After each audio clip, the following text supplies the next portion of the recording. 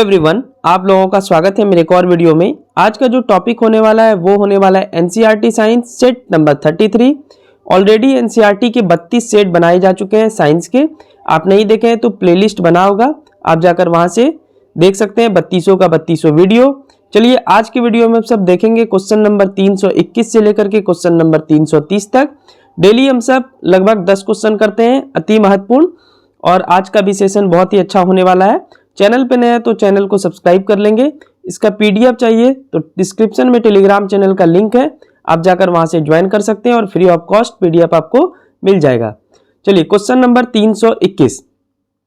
एक विलयन लाल लिटमस को नीला कर देता है, विलयन का पीएच का प्रवृत्ति कैसा होगा? तो इसका आंसर हो जाएगा क्षारीय, जिसको बेस बोलते हैं।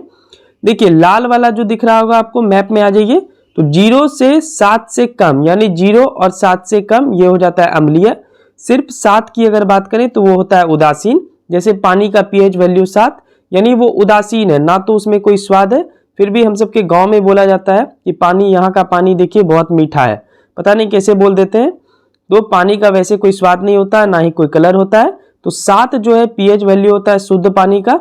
यही थोड़ा सा अगर आप बढ़ा देंगे, समुद्री पानी में चल जाएंगे तो देखिए स्वाद में परिवर्तन हो गया। समुद्री पानी का प्रवृत्ति कैसा रहता है? नमकीन रहता है, तो उसका पीएच वैल्यू क्षारीय हो जाएगा। 8.4 के आसपास रहता है समुद्री जल का पीएच मान। अगर आप 0 से शुरू करेंगे, 7 से कम, तो वो अम्लीय हो जाएगा। सिर्फ 7 अगर बोलेंगे तो वो क्या हो जाएगा? उदासीन हो जाएगा। और 7 से अधिक क्या हो जाएगा? क्षारीय हो जाएगा। सिंपल सा बात याद रखिएगा, लाल लिटमस जब नीला करेगा, लाल से नीला जाएगा तो क्षारीय, और नीला से लाल आ जाएगा तो अम्लीय। ठीक है, यही ये कॉन्सेप्ट था। तो इससे 2-3 क्वेश्चन आते हैं जो कि अभी आप देख लिए। 7 से कम रहेगा अम्लीय, यहाँ पे मैं अंडरलाइन कर देता हूं। 7 से अधिक रहा क्षारीय, और सिर्फ 7 रहा उदासीन। यानी उदासीन मतलब पानी का जैसा स्वाद होता है, ना तो वो मीठा होता है, ना ही वो खट्टा होता है, ना ही वो तीता होता है। ठीक है, लोग बोल देते हैं कि यहाँ का पानी मीठा है, पर एक्चुअल में पानी का कोई स्वाद होता नहीं है। चलिए बढ़ते हैं अगले क्वेश्चन की ओर। ये सारे एनसीईआरटी के क्वेश्चन जो है क्लास 6 से लेकर के क्लास 10 तक के बुक से लिए जाते हैं एनसीईआरटी का। चलिए क्वेश्चन नंबर 322। क्या ऑक्सीजन केरोसिन में रहता है? तो इसका आंसर हो जाएगा नहीं। केरोसिन में ऑक्सीजन अनुपस्थित होता है। रासायनिक रूप से केरोसिन, जिसको मिट्टी का तेल बोलते हैं, ये हाइड्रोकार्बन का मिश्रण है, ना कि ऑक्सीजन का मिश्रण है। ठीक है, तो इसमें हाइड्रोजन रहता है, ना कि हाइड्रोकार्बन का मिश्रण है। ये इसमें ऑक्सीजन नहीं रहता है। तो हाइड्रोकार्बन केवल कार्बन तथा हाइड्रोजन का यौगिक है, इसी को हाइड्रोकार्बन बोलते हैं। यानी केरोसिन में हाइड्रो है, यानी हाइड्रोजन का कण है, और कार्बन का है। ठीक है, और इसमें ऑक्सीजन का यौगिक है ही नहीं, इसलिए क्या ऑक्सीजन केरोसिन में रहेगा? तो इसका आंसर हो जाएगा नहीं। केरोसिन में ऑक्सीजन नहीं रहता है, मिट्टी के तेल में ऑक्सीजन अनुपस्थित रहता है। Question number 323। विषाक्त मस्टर्ड गैस किस अवस्था में होती है? तो इसका आंसर हो जाएगा द्रव। कमरे के तापमान पर मस्टर्ड गैस मूलतः द्रव के रूप में होती है। इसी शक्तिशाली रासायनिक हथियार के रूप में प्रयोग किया जाता है। प्रथम विश्व युद्ध में मस्टर्ड गैस का प्रयोग किया गया था। मस्टर्ड गैस का फॉर्मूला आप देख लें, C4H8Cl2S है। इस विषाक्त रसायन से त्वचा, आंख एवं फेफड़े आदि सर्वाधिक प्रभावित होते हैं। यानी आपका त्वचा, आंख और फेफड़ा पे सर्वाधिक प्रभाव पड़ता है। और इस मस्टर्ड गैस का उपयोग प्रथम विश्व युद्ध में बहुत ही भारी मात्रा में किया गया था। आप सबको पता है प्रथम विश्व युद्ध 1914 से लेकर के 1918 ईस्वी तक चला था।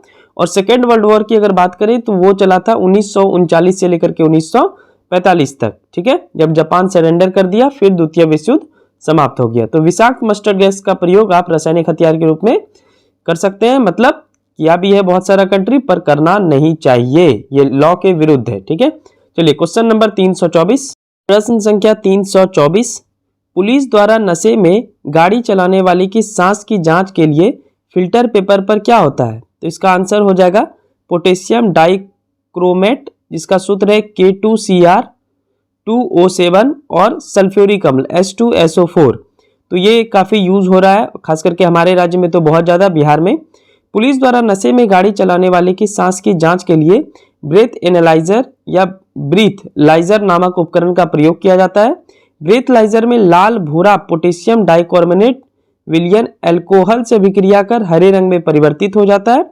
इस हरे रंग की तीव्रता के माध्यम से छोड़ी गई सांस में अल्कोहल की मात्रा का पता लगाया जाता है। तो यही है कौन सा मशीन का यूज करते हैं हम सब? तो ब्रेथ एनालाइजर। और उसमें क्या रहता है? तो उसमें रहता है पोटेशियम डाइक्रोमेट जिसका सूत्र है K2Cr2O7 और सल्फ्यूरिक अम्ल जो है H2SO4। तो इसका यूज किया जाता है शराब चेक करने के दौरान। ठीक है, ये दोनों शब्द आप याद रखेंगे और इस केमिकल का नाम भी याद रखेंगे, पोटेशियम डाइक्रोमेट और सल्फ्यूरिक अम्ल। और इस मशीन का क्या नाम है, तो breath analyser. Question number 325, bulletproof वस्त्र बनाने में किस बहुलक का उपयोग किया जाता है, तो इसका आंसर हो जाएगा पॉलीएमाइड।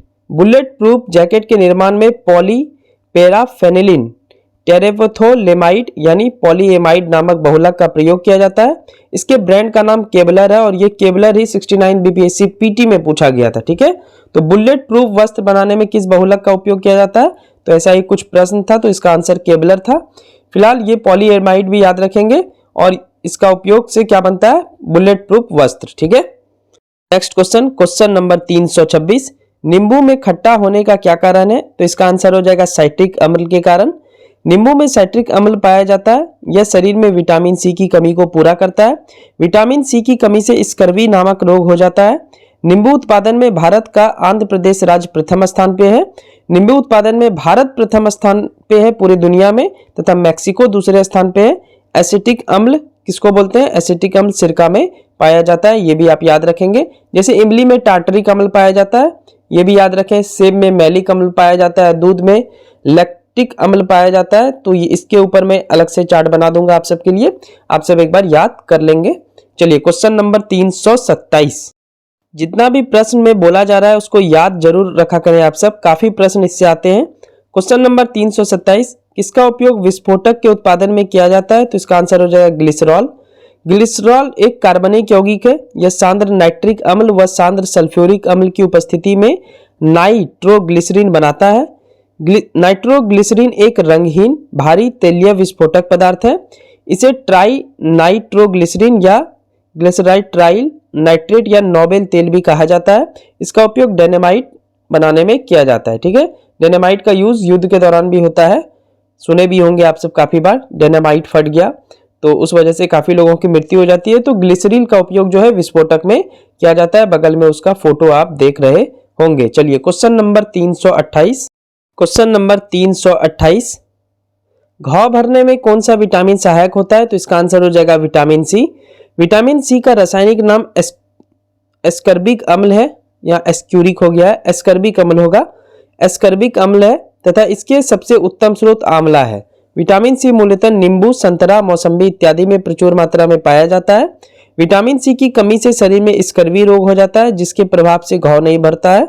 इसका प्रमुख कार्य क्या है, एक्चुअल में विटामिन सी का क्या कार्य है, तो उत्तकों में कोशिकाओं को परस्पर बांधे रखने वाले अंतर कोशिकाओं पदार्थों के मैट्रिक्स, कोलेजनों तंतुओं तथा दांतों के डेंटिंग के निर्माण को ये सामान्य बनाता है। ठीक है, तो यह है विटामिन सी का कार्य। मुख्यतः इसका स्रोत आपसे कभी कभी पूछ लेता है और इसका रासायनिक नाम है क्या, स्कर्बिक अम्ल, ये याद रखेंगे। और इससे बीमारी कौन होता है, स्कर्वी रोग होता है। चलिए बढ़ते हैं 329वें प्रश्न की ओर। क्वेश्चन नंबर 329, किसके अवशोषण में विटामिन सी मदद करता है, तो इसका आंसर हो जाएगा लोह यानी आयरन। लोह अयस्क के अवशोषण में विटामिन सी मदद करता है। विटामिन सी लोह अवशोषण में सहायक होता है। कैल्शियम एवं मैग्नीशियम के साथ विटामिन डी ग्रहण करने पर यह विटामिन कैल्शियम, मैग्नीशियम एवं अन्य खनिजों के अवशोषण की दर में वृद्धि करता है। तो विटामिन सी जैसे आयरन किसमें प्रचुर मात्रा में पाया जाता है, तो पालक साग में प्रचुर मात्रा में पाया जाता है, तो उसको अवशोषण करने में विटामिन सी हेल्प करता है। चलिए क्वेश्चन नंबर 330, जो कि आज की वीडियो का आखिरी क्वेश्चन होगा, आज के सेट का आखिरी क्वेश्चन, क्वेश्चन नंबर 330, सूर्य के किरण में कौन सा विटामिन पाया जाता है, तो इसका आंसर हो जाएगा विटामिन डी। सूर्य की किरणों के द्वारा विटामिन डी का निर्माण हमारी त्वचा कोशिकाओं द्वारा किया जाता है, जो कि यहाँ से निर्मित होकर रुधिर में मुक्त हो जाता है। विटामिन डी का कुछ और भी स्रोत है, सिर्फ सूर्य का रोशनी ही स्रोत नहीं है। जैसे मक्खन, यकृत, अंडों की जर्दी जो येलो पार्ट होता है, योल्क जिसको बोलते हैं, वृक्क इत्यादि में भी मिलता है। विटामिन डी की कमी से बच्चों में रिकेट्रस तथा वयस्कों में ऑस्टियोमेलासिस नामक बीमारी हो जाती है। ये दोनों बीमारी का नाम आप जरूर याद रखेंगे, एग्जाम में बहुत बार आ चुका है।